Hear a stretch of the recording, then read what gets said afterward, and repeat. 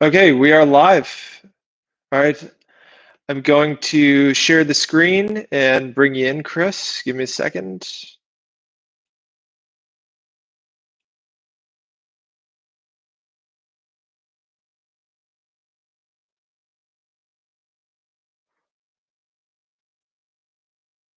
Okay.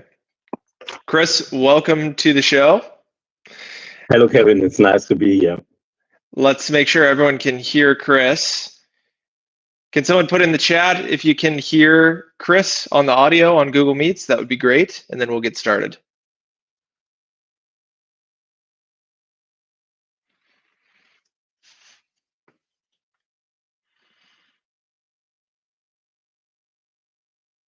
Well, I could hear myself just now.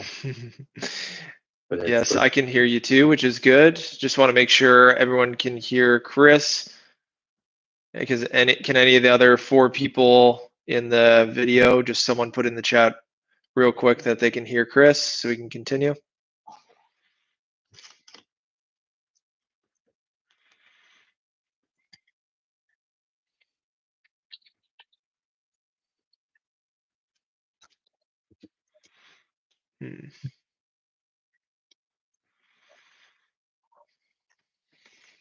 I'm going to put it in the chat.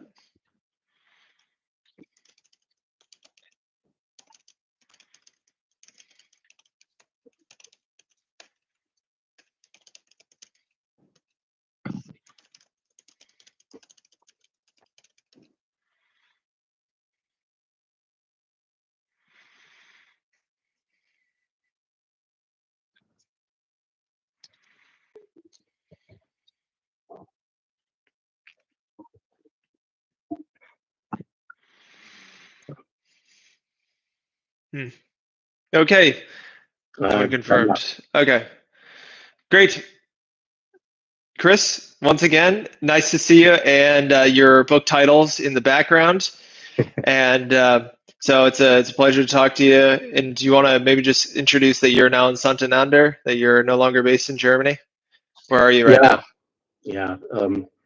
When you and I got to start again about you taking over the business, came for me as a really perfect time, because I already felt that it was time for me to move on after I have been living in Germany for 13 years.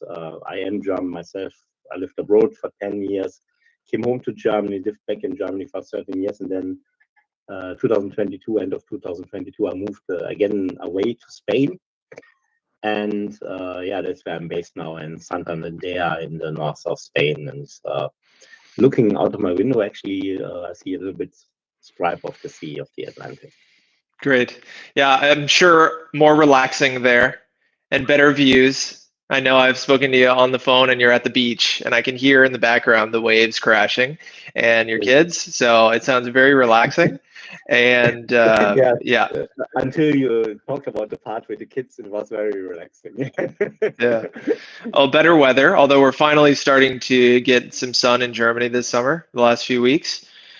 But year-round and north of Spain with the Atlantic coast there would be nice. So I think it's not a bad trade and not a bad move that you did. Yeah, I'm very happy. Yeah, that's true. Good. I had a few points written down so that people can see here while people were reading the closed caption. And so, Chris, you guided 300 professionals or more over the years. You started Immigrant Spirit and 2 years as a freelancer before 11 years as managing director of Immigrant Spirit GmbH. So a long history with helping people find their first job in Germany, relocate if need be.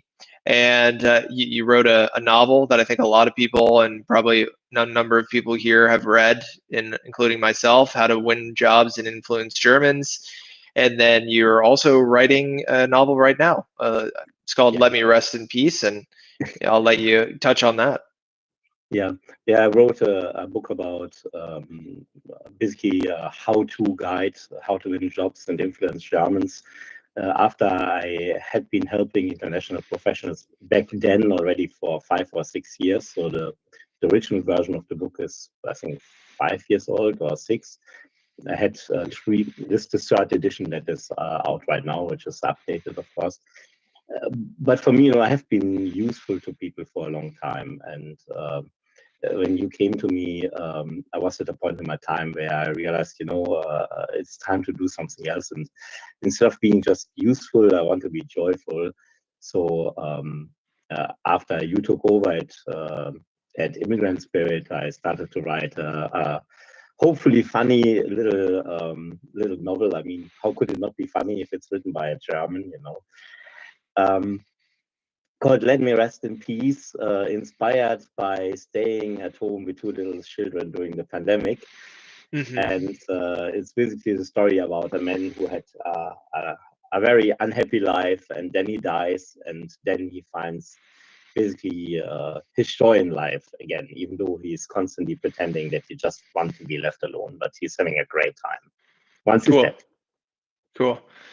What a transition. Yeah, that's awesome. I mean, that and to be able to express that and write a story that goes along with it, and I'm sure it's very fulfilling to be able to put it out and express yourself and write everything when you look back in your past. And so putting things together, connecting the dots, that I think we all have a goal to do someday, that would be great. I think it really brings things full circle. Thank you. So, and now, Chris, you're still a strategy consultant for Immigrant Spirit. I had that written down here just so that people get an idea. But again, I will be looking forward to seeing when your book comes out. Do you have an idea of when it's going to be released? Christmas time. Christmas time. So. Okay. All right. So when everyone's getting their jobs around Christmas, then the novel is going to be out as well. So great timing for everything. It all lines up right before Christmas. Good. Amazing. Okay, so what we can do is we're just gonna talk. We spoke off camera just about what we can discuss with people so they get a sense of what's going on right now out there in the market, and it really helps to look at success stories from the past as well, because some things never change and some things are consistent year after year that we've seen. With my story, it was only 3 years ago, but like we talked about just a few minutes ago, there's been a successful path of people coming for 11 to 13 years now from Immigrant Spirit. So even though there's little things in the news that we'll see later, little things like examples, you'll see, oh, okay, things are finally starting to change, or something is going to move the needle, something that the government is doing with visas, or something that they're making it easier, lowering taxes for foreigners. There's these little changes, but year over year over year, not much really changes a whole lot. So you need to have this, we've seen it, need to have this disciplined approach as an individual. And we've seen now with cases for myself and cases that you've seen about what works and what really gets people the job year after year. So today we'll talk a little bit about that, just some stories that we can share. I think we both have at least one in mind. And we'll also talk about what do they all have in common, like the main characteristics. So looking at the common ground, and I'll just share a stat that I just mentioned as far as like an example of things that come out, things that are in the news that they look good, they're shiny, but in reality, when you're on the ground and you need to actually get a job, it's very pressing and it needs to be done critically, like in the next few months. You have to have a certain attitude and you have to have a certain willpower, ignoring all these other things that are going on in the background. Yeah. So we'll touch on a few of those. Before we get to an example, I think it would be a good time we could just share a few stories. I have a story of my own. It's very near and dear, obviously, but Chris, do you have I think it would be best if you could share one or two of your stories that stand out over the years that go along with what are the key, characteristics that someone needs to have every single year to get a job in this market. Yeah. So I've been doing this for 13 years, and the first thing that I want to tell you, if you have been trying to find a job in Germany for a long time, you wrote application after application, maybe dozens, maybe hundreds of applications, and you didn't get any job interviews. So you got 1 or 2 job interviews, but mostly with HR and not with the managers. And you seem like you can't really break into the job market. The first thing I want you to know is that it's most likely not your fault. I have seen people with unbelievable credentials being rejected 50, 60, 100 times over and over again, despite being clearly the best candidate for the jobs that they applied for. I have seen people with one memory that comes to mind is I was giving a speech at the American Women's Club in Düsseldorf, and after my speech, 2 women came to me, and they were both crying. One had a degree from Berkeley, the other one had a master from the London School of Economics. And after 2 years in Germany, they still couldn't even get a job interview. If people that are so highly qualified can't break into the job market, then the chances are very low that this is the fault of the candidate, it's the fault of the system. And the system is set up to serve a certain standard, which is the typical person that you would hire here in Germany. And if you are standard candidate, then the system works you quite well. But if you are an international person coming to Germany, trying to find a job, not speaking the local language, then you are not a normal, not a standard candidate. So the system is working against you. So people are successful in getting jobs in Germany, but you will not be successful as long as you play this application game by the rules. So that's maybe as a little pretext. If you want to break through this glass ceiling that exists here, you have to break this glass ceiling. You have to break the rules, and you have to try a different approach. And that's exactly what I used to do myself, and what is Kevin doing now so successfully, why this works so well. Because we take you out of a system that's designed to keep people like you out. And we both can share some success stories about that. Yeah. So it was a very long introduction from my part now. Yeah, it's a really great couple points that you touched on, though, especially with 2 examples like that. It doesn't matter where you come from. It doesn't matter what degree you have. If you don't have these 1 or 2 things that are essential in order to get into this market, which is a country the size of 1 state in the United States, it's not very big. And the market is big, but the area is not very big. And most countries around the world don't speak German, obviously.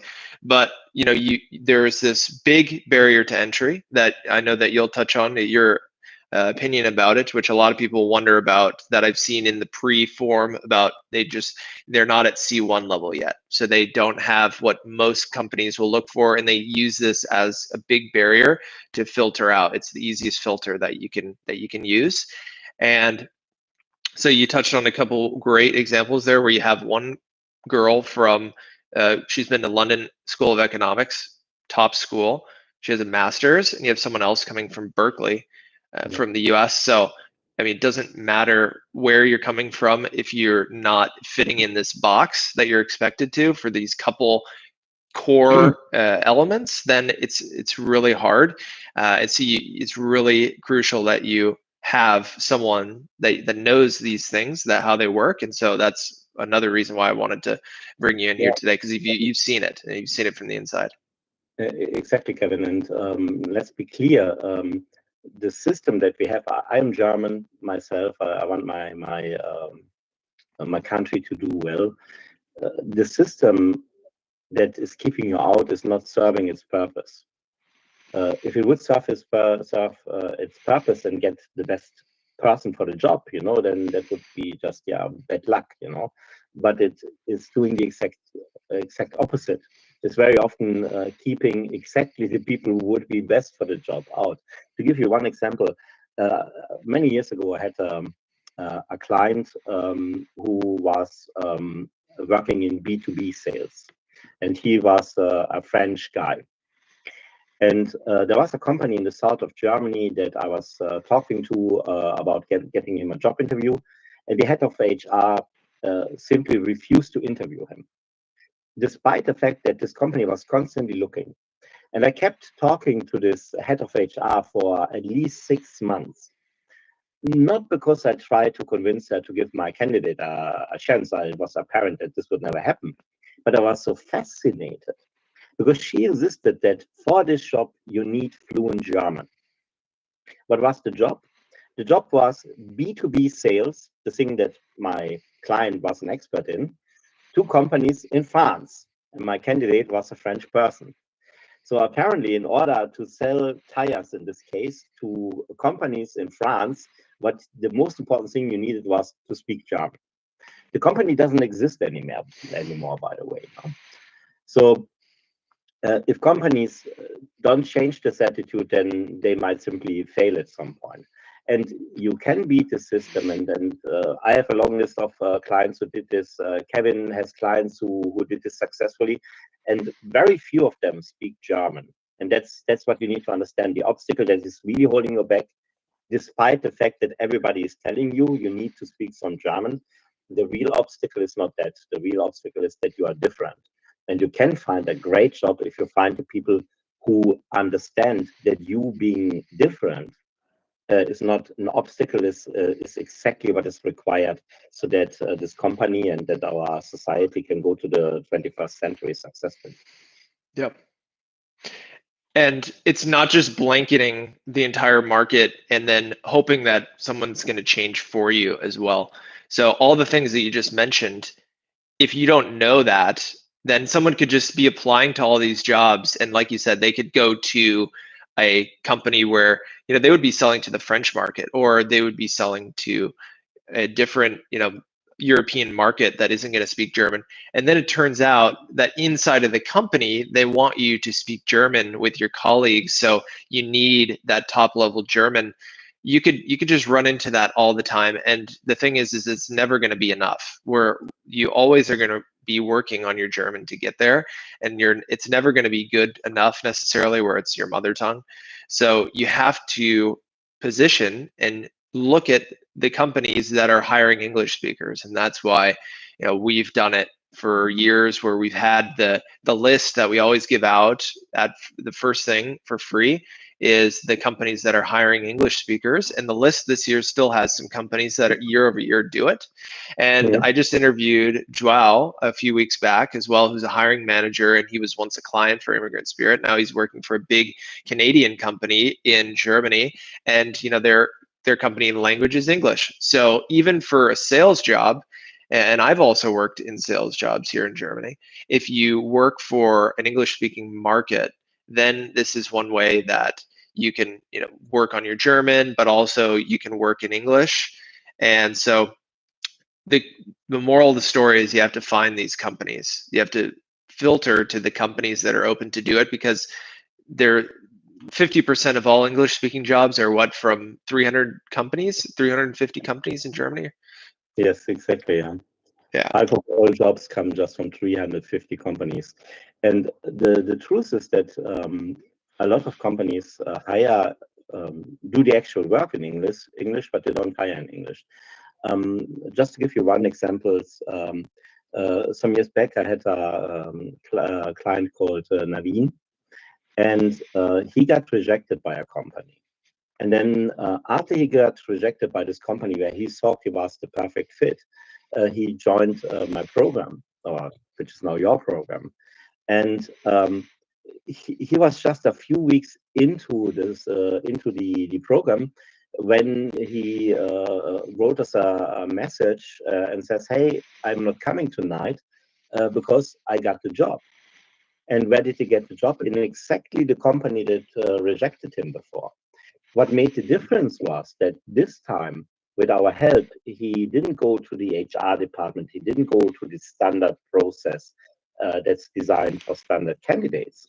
But instead, he identified the hiring manager who was responsible for this specific position.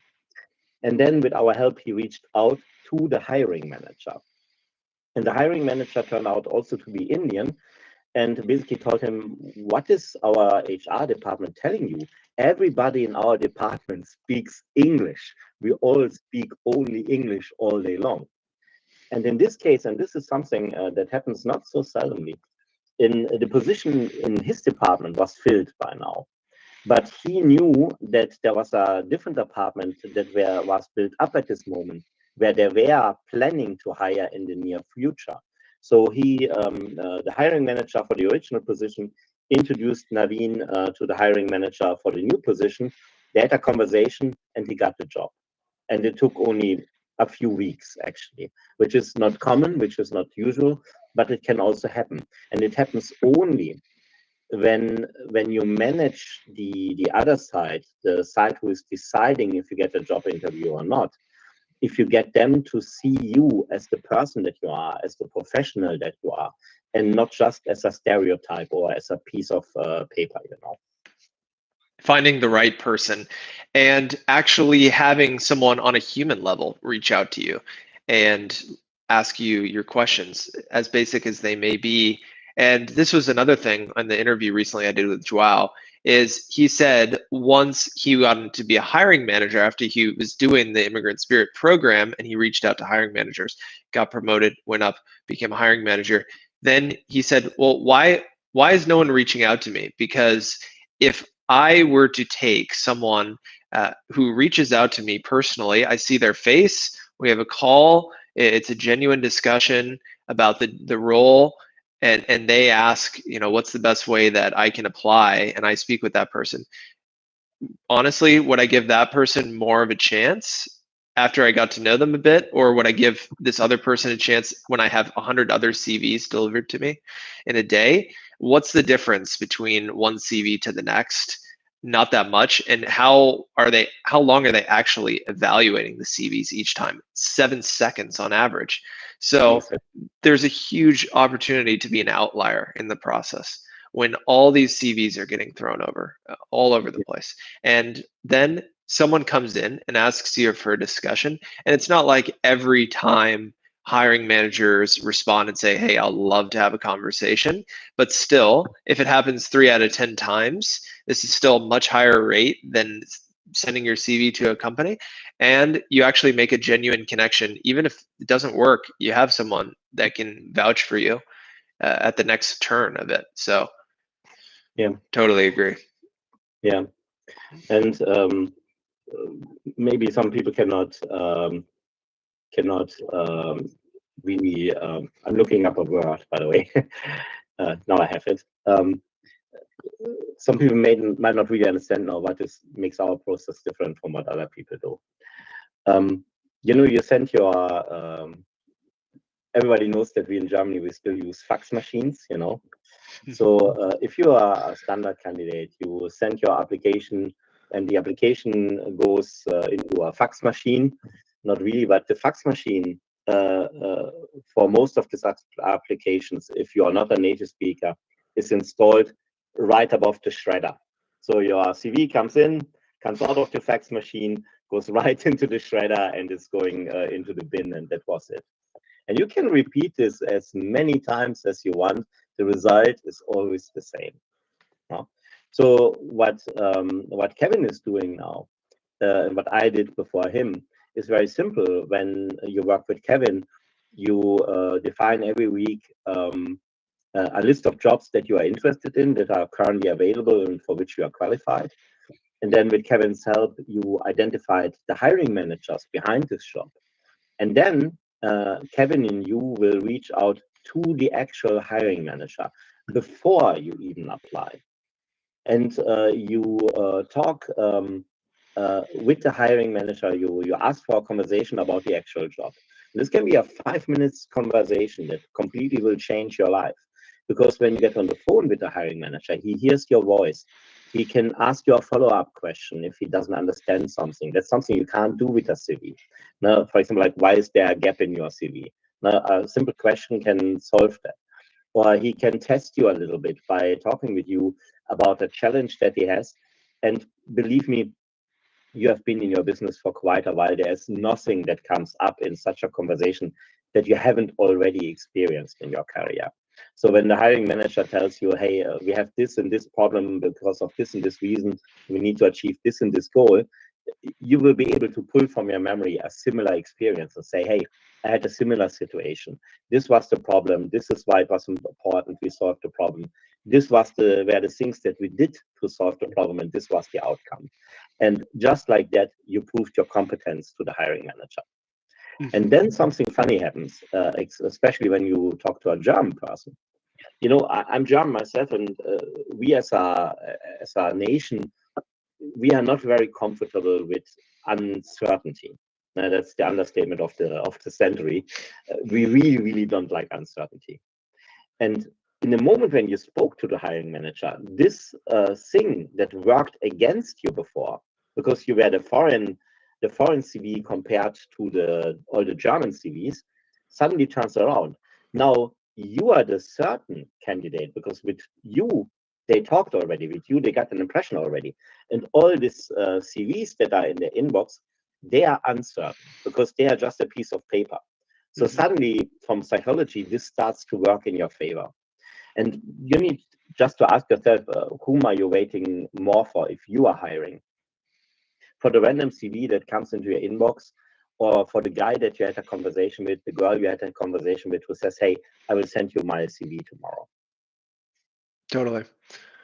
And we've heard this too from hiring managers. I'm doing interviews with hiring managers, and they say over and over that they do not want to have candidates coming all the time from CV emails, CV direct messages, all the time streams from HR. And then, when you speak with the person directly, if you craft your message in the right way, or if you have someone help you actually get a hold of this person from the inside, that's where it also helps to benefit to have someone help you make the connections from Germany. Say if you're living in India and you try to make the connections with German hiring managers, it's a little bit tougher than if you're also, although it's better than sending your CV just directly, it makes it easier if you do have someone on the ground on the inside. So that makes it a little bit easier. I found that out as well when I was doing it.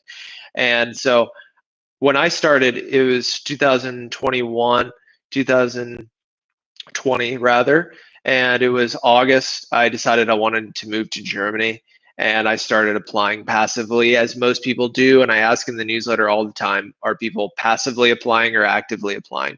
Passively applying is you're working in your job, you're bored, maybe at lunch, maybe at the end of the day when you get home, you know what? You just use your time, your extra free time to apply to new jobs because you're not really satisfied with your current job, whether it's the pay or your coworkers or whatever it is. You just passively apply. And actually, you can never really tell if you're using your time effectively like this, because like in my case, month after month, even though I was passively doing 2-3 apps a day, doing easy apply, Indeed apply, Stepstone, I was just getting rejected almost 100% of the time. Right now it's like 1 in 100, and almost every year it's like that. Yeah. So then you can really say that German HR is passive rejective. Yeah, passive rejective. Yeah, exactly. The HR version of passive aggressive. That's it. Yeah. And then I just remember I was fed up because it was just over and over banging my head against the wall, and so to say. And only when you make the decision to make it a priority does something actually change. Because if it is secondary to your current job and you're passively applying in your free time, if you don't ever change anything and you don't do anything different, nothing, the world doesn't give you something in return that's different. So everything starts with your approach. And this was this other slide that we went by, but what we've seen is proactiveness, persistence, and drive.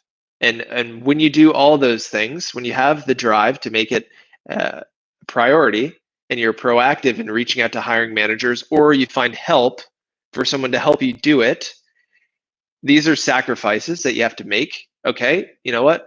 You don't have as much free time in the evening because now you've got to actually reach out to hiring managers, or you've got to meet with your coach. That's a sacrifice. But if you want something to change and you want to actually get the job at some point, then you have to do it.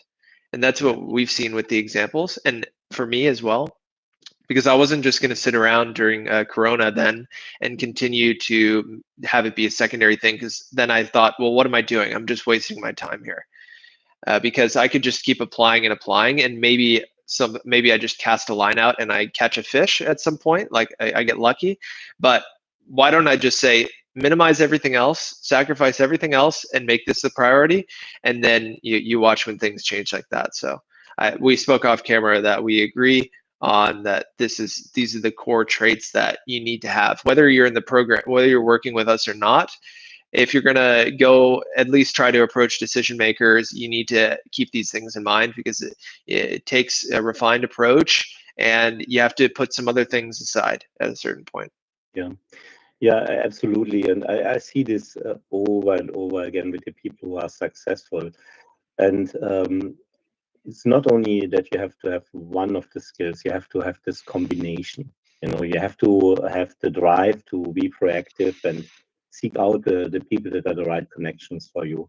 You have to be the persistence to keep going, because initially you will get a lot of rejection and you will get very little results at the beginning, because what we are doing is basically the same as teaching you how to ride a bike.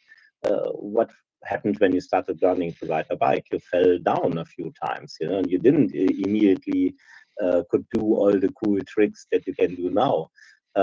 That's just normal with everything. So you have to go through these phases where you basically learn how this works really, where you learn what your audience, meaning the hiring manager, what they're really interested in. And you need this feedback, which is one reason why the standard version doesn't work at all for international people. Because in this version where you just apply, you never get any feedback. And because you don't get feedback, you don't learn anything. To me and also to Kevin, hiring managers, they talk quite openly, and they tell you what really is going on, or why they really choose a candidate or reject a candidate. But they will never do this to the face of a candidate. Why would they? They don't want to open themselves up to a lawsuit. They will give you the easiest explanation to get rid of you, which usually is like, yeah, you're overqualified, or your German is not good enough, something that is easily defendable, but it's not really the real reason. And that means you can never learn, and you can never improve, and you face the same rejection over and over again. And when you do work with someone like Kevin together, who is established in Germany, who has a network, when hiring manager look at his profile, they see, oh, okay, this guy has been around, he's very well connected, he's worth my time. When Kevin comes and introduces a candidate to him, then the situation is completely different, no? Because they will give you the benefit of the doubt that somebody else thought you are worth a recommendation. Somebody else, in this case your coach, Kevin, thought that you are worth that he puts himself out there, puts his own reputation out there to say, hey, this is someone that you should have a conversation with. This is someone who could be good in this job. No? And then they're willing to talk to you and actually give you a real feedback. And then you go out. In the beginning, you will not always immediately land a job, but you will understand, okay, yeah, here is a pain that apparently more hiring managers have, that I can target better in the future in order to make myself more attractive. Or here's something that they are concerned about that I didn't know of, because they never told this to my face. And only by actually talking about this, you can start to address this. Yeah. And the biggest problems that we see for job seekers right now is that when you send out all the applications and you don't actually speak with anyone first, is, like you said, there's no opportunity for analysis or feedback. So you have no idea what's going wrong with your application. So you can't change anything if you don't know what's wrong. And you also don't actually have any way of understanding what you, like I said, what you need to change, but also how you need to alter your approach. So, Yeah. and when you need to be persistent and change and do something actually in another manner and to get out of this spiral, then you need to find this out. You need to get the feedback from the world in order to do it. So in this, you get more interviews.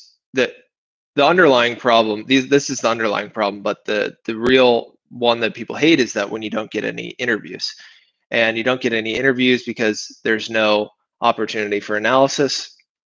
So wanted to harp on that point that you made there. Yeah, and this is something I think that a lot of people completely underestimate, because especially when you are very good in your job, especially when you are used to actually be seen as an expert, then sometimes you might not see something that is right in front of your nose anymore, because you understand, you put it in the context of everything you know about yourself, everything you know about the industry, everything you know about this job. But when you apply to a job the normal way, then you are evaluated by someone who doesn't have all these details, doesn't have all this context. An HR person in Germany usually has to fill between 20 and 30 different positions in a big company. They know nothing about any of these jobs. They have no details whatsoever. They just see something they don't understand.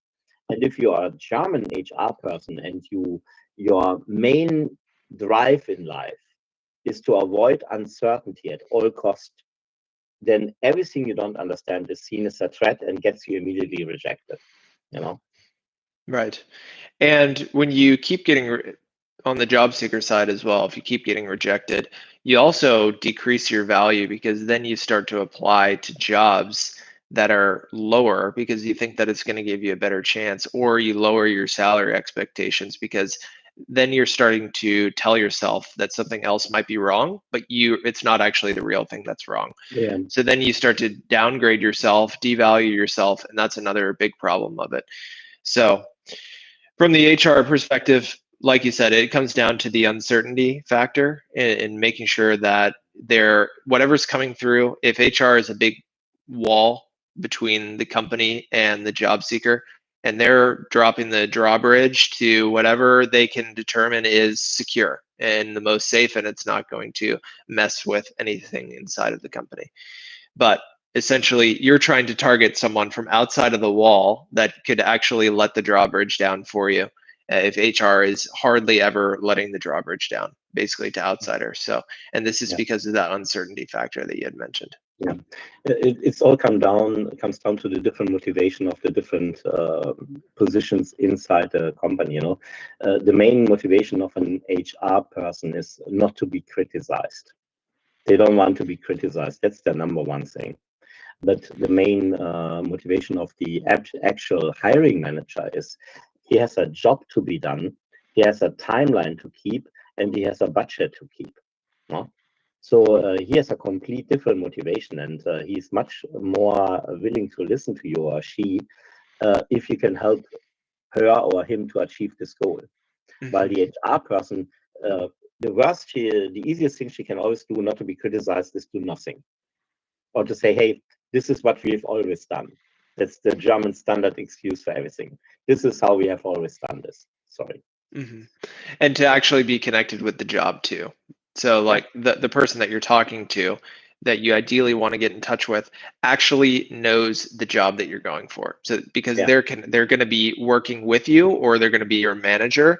So the questions that you're asking is very relevant, because this person, they know what it takes. Sometimes, depending on how big the company is, the HR person could not know anything about that position. So and if it's a smaller company, maybe they do, because it's a tight team and a startup and everyone's working together in one room. But if it's a company that's over 50 people, forget about it. If you think that the HR person deeply knows about who's going to be the best fit for that specific job in another department, it just does. You just have to think of that. Realize that doesn't make sense. Their job is to be a filter between the outside world and the company, and there's different filter criteria that they get from other parts that are connected to the job. But that's the distinction that you can make, that not everyone knows about. That's why it's so important to go to the person who's connected to the role that you want, not connected to the filtering of the company for the outside world. Yeah, and you see this with the people who are successful in this all the time. They learn very fast. They are very proactive. They are very driven. They are not discouraged by initial rejection, because that's normal.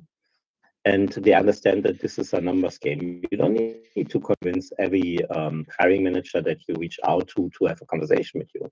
If on average you get, say, 3 out of 10 to talk to you, then that's more than enough. Then you just need to keep going, and you will find a job in the end. And the other thing I notice is, once they are in a conversation, they make this conversation always about the hiring manager and what she or he needs. About what is your pain in the job, what do you want me to do, what is the biggest problem I need to solve for you, what is the most important result I need to deliver to you. And once they find that out, they also automatically understand where they can add the most value, and they understand where they can make themselves the most valuable candidate to the job.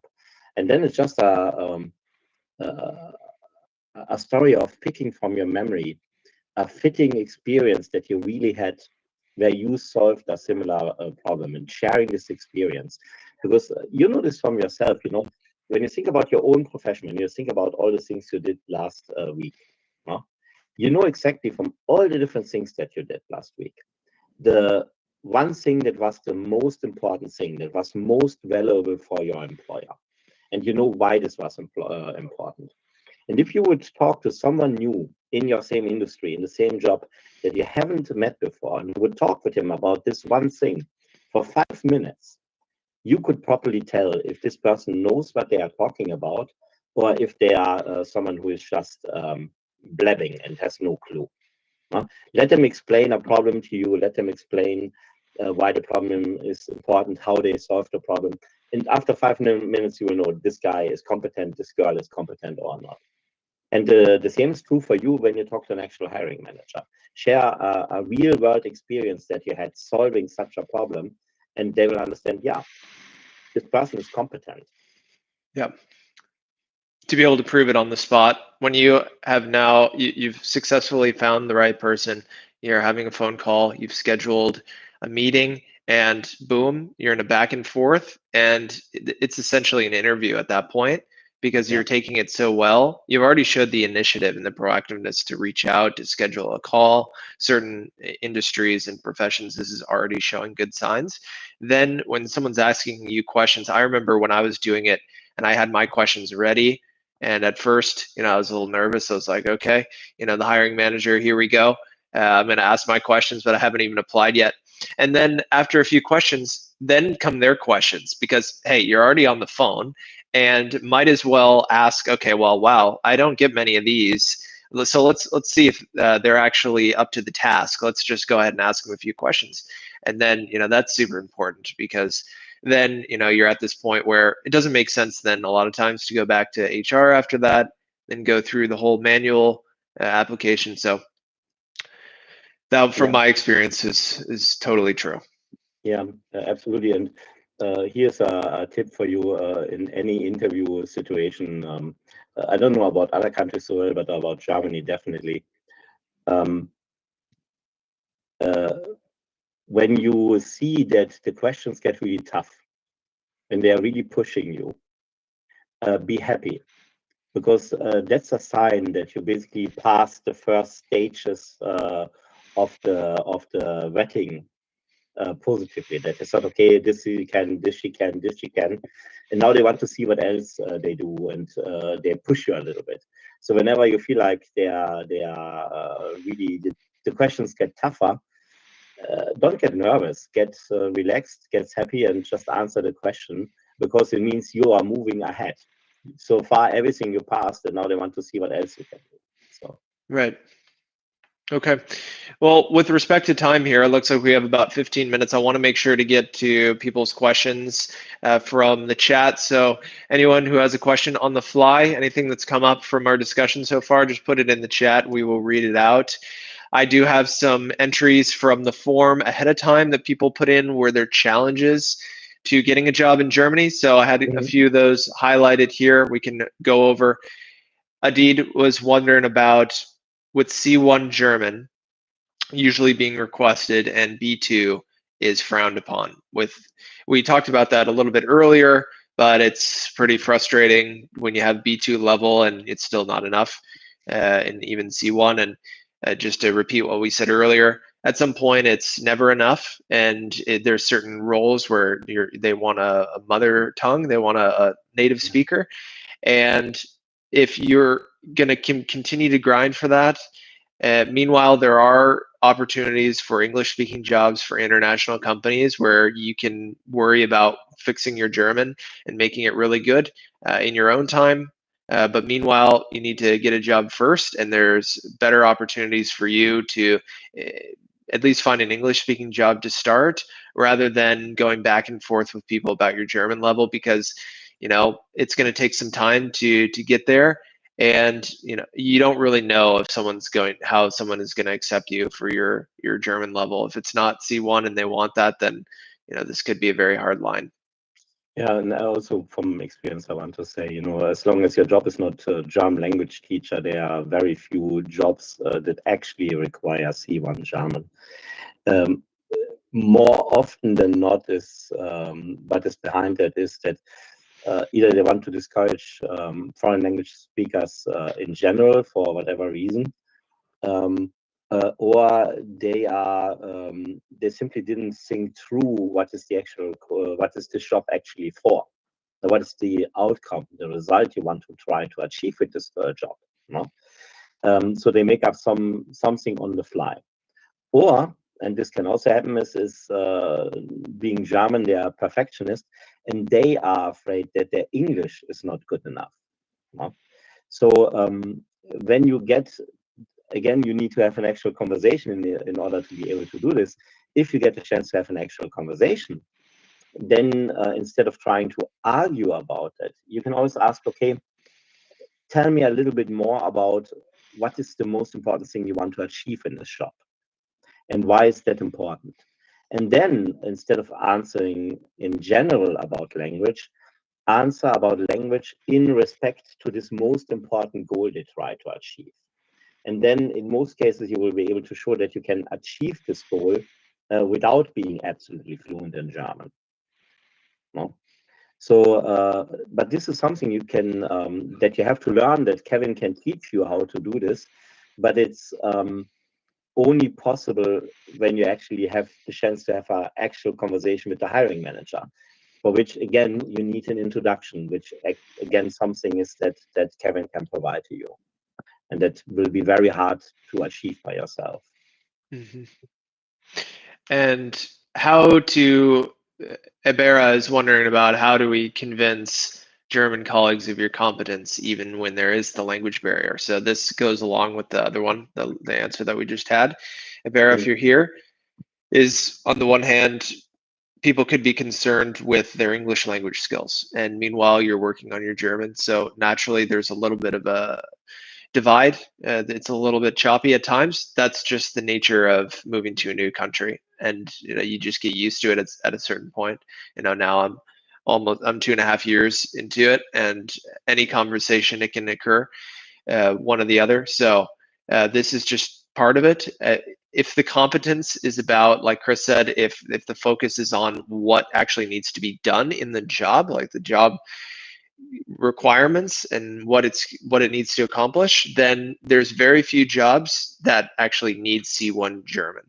And so if you're focusing on your competence to be able to do the job when you have that discussion with the hiring manager, then you shouldn't be getting to that point of talking about C1 versus B2, or you're proving your competence for a job when it doesn't have anything to do with being in C1, being C1 in German.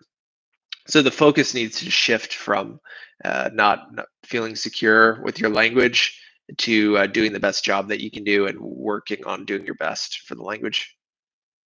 Yeah, I would add to that. I subscribe to all of this. I would add, it always starts with finding out what they actually care about. No, because otherwise you make a long argument about something that they don't care about, and then your time is wasted and their time is wasted, and then the interview is over and you go, even though you would have a good chance to get the job. So first try to find out what is it they care the most about. And then to prove your competence, simply be competent, So if they tell you, hey, our biggest concern is XYZ, problem in logistic also, explain how you solved a similar problem for somebody else in the past, and explain step by step what you actually did to solve the problem. Nothing is more convincing than your actual experience that you have. If you give an actual example how you achieved this goal, and if you can describe this in detail. Because the people who are just pretending, they will always stay on the surface. The people who can actually do, they will go into the details and say, and then I did this and this, and then I did this and this, and then this obstacle came ahead that we didn't expect it, and we solved it by doing that and that, and as a result, this was the outcome. Yep. I actually saw an interview with Elon Musk recently too, where he was talking about how he interviews people, and he always asks about how you solved a certain problem, and if you can only go one level, it's a really bad sign. Whereas someone who can go 2 or 3 levels deep, and the more levels deep into how specific you are and how you solve the problem, is a better sign of you being a fit for the job. And so it's the same thing with if you're on the phone with a hiring manager, then it's a back and forth, and if, like you said earlier, if he's going to, he or she, quiz you a little bit and make it hard, you have the ability to prove your worth 2 or 3 levels down into how you specifically solved that recently. And that's great because it's harder to do that. Most people don't write that in a cover letter. They don't write, hey, here's how I solved your specific problem. This is how I did it in the last year. That usually people just write, hey, I'm so and so, I have these degrees, and I am really interested in this, and I'd be the best fit. And then the other person, the hiring manager, is like, yeah, well, you didn't mention our job at all, and you didn't, I don't know if you actually understand what the job entails, and I have no idea if you've done something similar, and I probably haven't heard of that degree. So that's kind of the difference. That you have to make your cover letter. A really good example. You want to be evaluated by someone who can ask you tough questions, because that's where you can prove your value.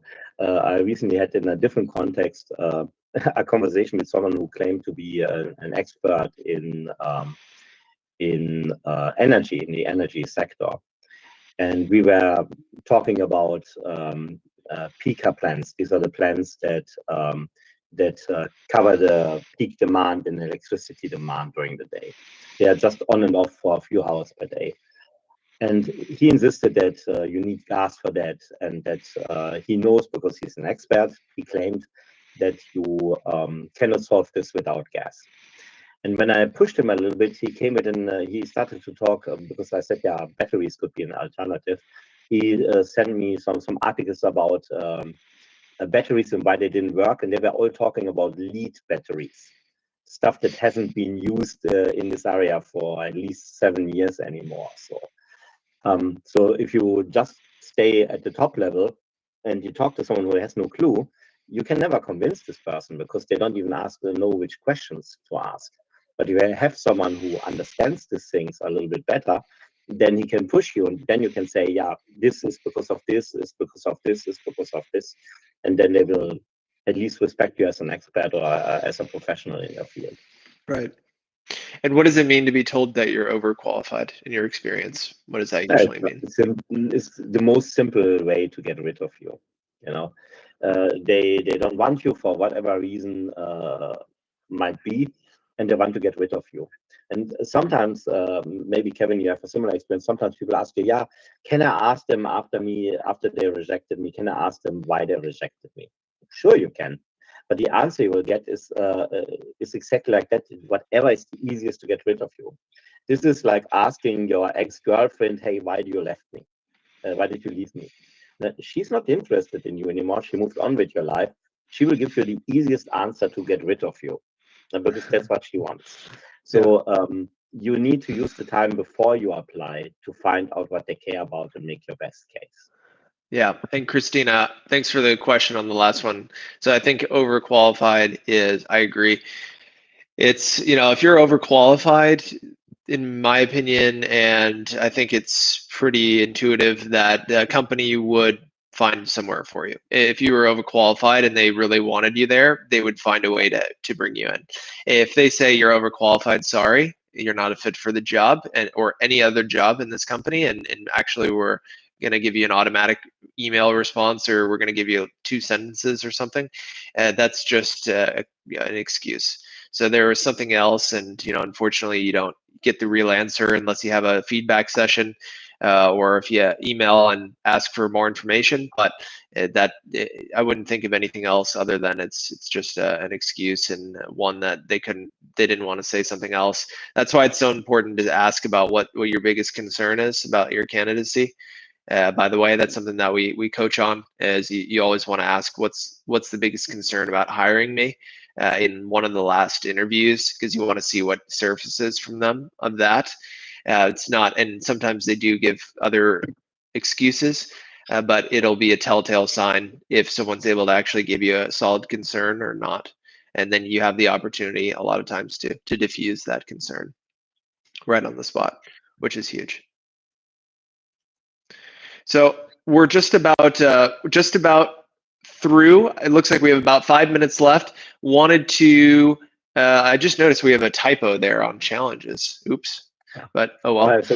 Challenges. Language, It's like challenges, like Italian or something.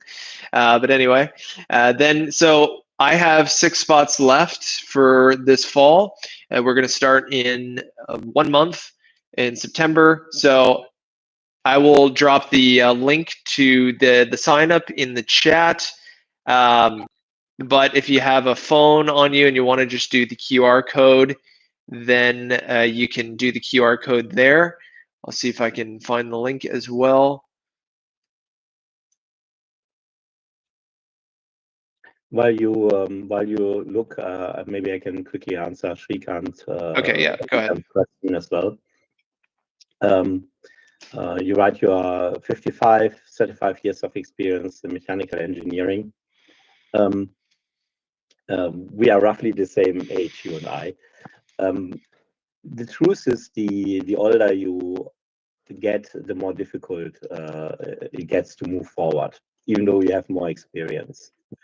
And every time several things comes together, like being a little bit older, coming from a different country, not speaking the language, these obstacles in the normal process, they don't add up, they multiply. So they don't get simply 3 times harder, they get like 9 times harder. But at the same time, if you are able to really pinpoint where exactly you can add the greatest benefit to an employer, and you find your perfect triangle. It's usually, nobody is like the best mechanical engineer in the world, but you are maybe the best mechanical engineer who can do also B and C and D, and also has competent of market D. In this combination, you can be the best and sometimes even the only choice. So when you can find employers who need this exact combination of your skills, then you have a good chance to actually find a job. And what this requires is that you have to have a lot of conversations with hiring managers. Just through the internet, just through the stuff that people post on their website, this will not be enough to get you the depths of insight that you need to find a company where you are just the perfect candidate. But once you talk to hiring managers in Germany, you will hear a lot of times in the conversations, yeah, you are not the right fit for us. But, and then maybe their brain, because they got to talk to you, they trust you a little bit, and they want to help you, their brain starts working. They might say, hey, I know this other guy, and you can talk that. One of my first clients was an engineer in biotech, in medical engineering. And he was at the time living in Kuwait. He sent, before he met me, he sent over 500 applications, didn't get a single interview. And then he started working with Immigrant Spirit. And he sent out applications for a few weeks. He had job interviews, and one of the people that interviewed him was hiring an HR lady who rejected him and said, "You are not right for me, but I have a friend in a different company, and she's looking for someone exactly with your skills."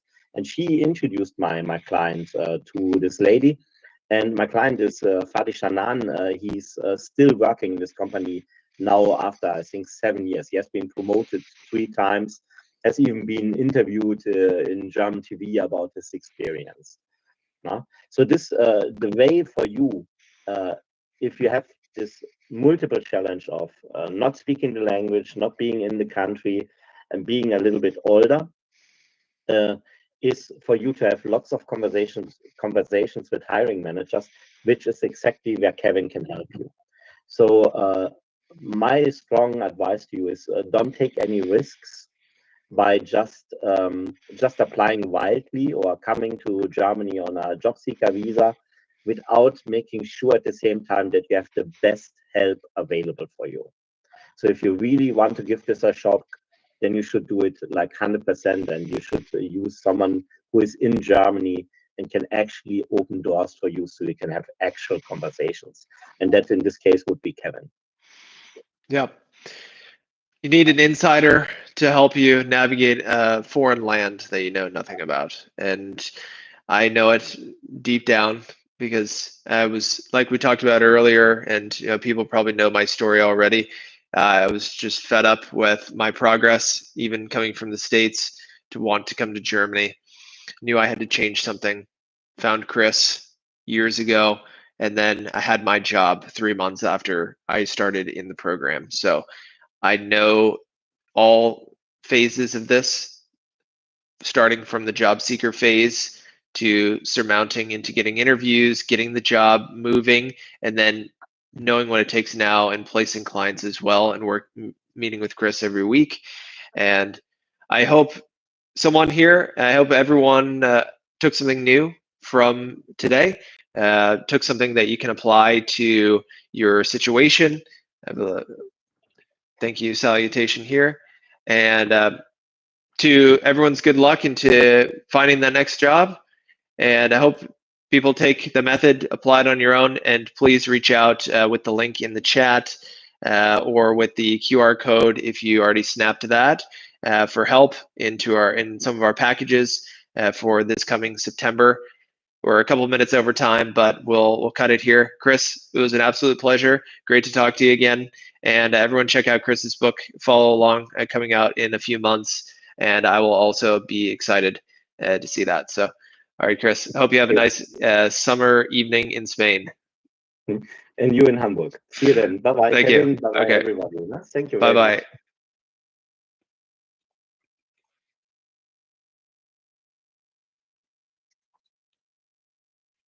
Bye, everyone. Have a great evening.